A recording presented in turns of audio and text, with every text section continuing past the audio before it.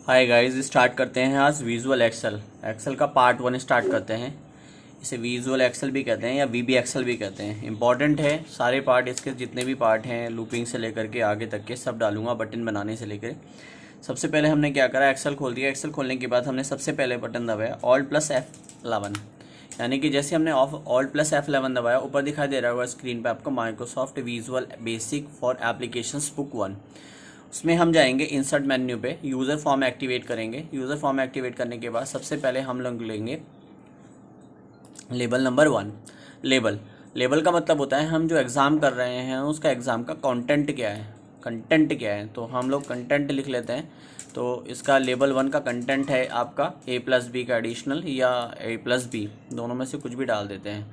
तो लेबल 1 ले लिया। अब हम एक जाते हैं कैप्शन पे। कैप्शन होता है इसकी फिगर ऑफ कंटेंट, जहाँ से किसी भी चीज़ को बदलते हैं। तो हमने पहला डाला enter the A is equal to, यानी कि पहली वैल्यू मैंने ले ली ए। दूसरा कंटेंट ले लिया उसी के बराबर में बी, एक को ए ले लिया, एक को बी ले लिया। Enter the B is equal to, ठीक है, दोनों सेट हो गए। अब हमारे पास ए और बी दोनों सेट हो चुके हैं। अब हम इनके लेंगे टैक्सेस फंक्शन, यानी कि tax 1 tax box 1 tax box 2। तो पहला टैक्स बॉक्स ले लिया, दूसरा टैक्स बॉक्स ले लिया, दोनों टैक्स बॉक्स मेरे एक्टिवेट हो गए। दोनों टैक्स बॉक्स एक्टिवेट हो गए, ठीक है। अब तीसरा होता है रिजल्ट के लिए, तो ये मेरा तीसरा टैक्स बॉक्स हो गया। 3 टैक्स बॉक्स हो गए, ओके।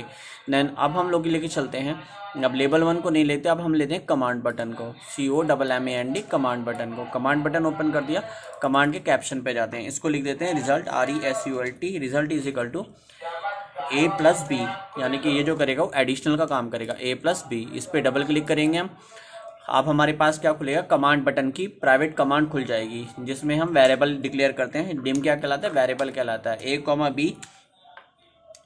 B एज इंटीजर, हमने क्या कर लिया, इंटीजर टाइप के दो वेरिएबल ले लिए, A एंड B, ठीक है। अब हमने करा A is equal to text box 1 dot text is equal to text 1 dot text is equal to B is equal to text box 2 dot text, दूसरी की भी कमांड हो गई। अब दोनों की एडिशन करने के लिए मुझे किस में लाना पड़ेगा, तीसरी कमांड में लाना पड़ेगा, ओके। तो अब हम करते हैं TEXT text box 3 dot text is equal to A+B, तीनों की कमांड एक्टिवेट हो गई, ओके। जब हमारे पास तीनों की कमांड होगी, इस कमांड को नोट करते हुए चलना है कि पहली वाली जो बनेगा private sub command button 1 click dim A, B as a integer. अब इन दोनों के बीच में स्पेस भी दे सकते हैं, नहीं भी चाहते स्पेस देना तो तब भी चल सकता है, क्योंकि वो दोनों में डिक्लेरेशन इंटीजर चलता है, ठीक है। आप दोनों का सब साइड काम करेंगे तो दोनों का वेरिएबल इंटीजर हो जाएगा। अब A is equal to text box में आ गया, B is equal to text box में आ गया, अब C इज इक्वल टू उसका आउटपुट हो गया, ठीक है। जब दोनों का आउटपुट हो गया, बिल्कुल सही है। अब इस आउटपुट को आप लेबल में भी डाल सकते हैं। लेबल में कैसे डालेंगे वो मैं अभी बताऊंगा, पहले जरा से प्रिंट कर देता हूँ। अब किसी भी कमांड को रन करने के लिए हमारे पास कमांड होती है F5 की होती है, फंक्शन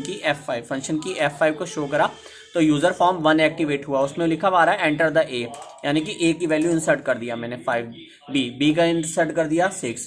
जब दोनों का वैल्यू इंसर्ट कर दिया तो आप जानते हैं कि A+B इज इक्वल टू होता है C, यानी कि C अगर मैथमेटिक्स का फॉर्मूला लगाया जाए तो दोनों का जुड़ के आना चाहिए, दोनों का एडिशन सम हो जाना चाहिए।